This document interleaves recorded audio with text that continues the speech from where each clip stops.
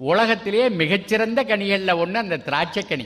அத வேளாண் பல்கலைக்கழக துணைவேந்தர் டாக்டர் ஜெயராஜ் சாப்பிட்றதை நிறுத்திட்டாருன்னா எல்லாரும் காது தீட்டிக்கிட்டு கேட்கறாங்க. ஏன் அவர் சொன்னாரு, திராட்சை தோட்டத்துல தொங்குது அந்த கொலை, அதுல யாரும் இந்த விஷத்தையே தெளிக்கல.